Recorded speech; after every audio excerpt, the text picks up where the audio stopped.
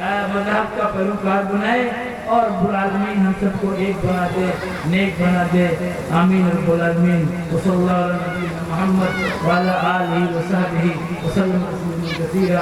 السلام علیکم ورحمۃ اللہ وبرکاتہ۔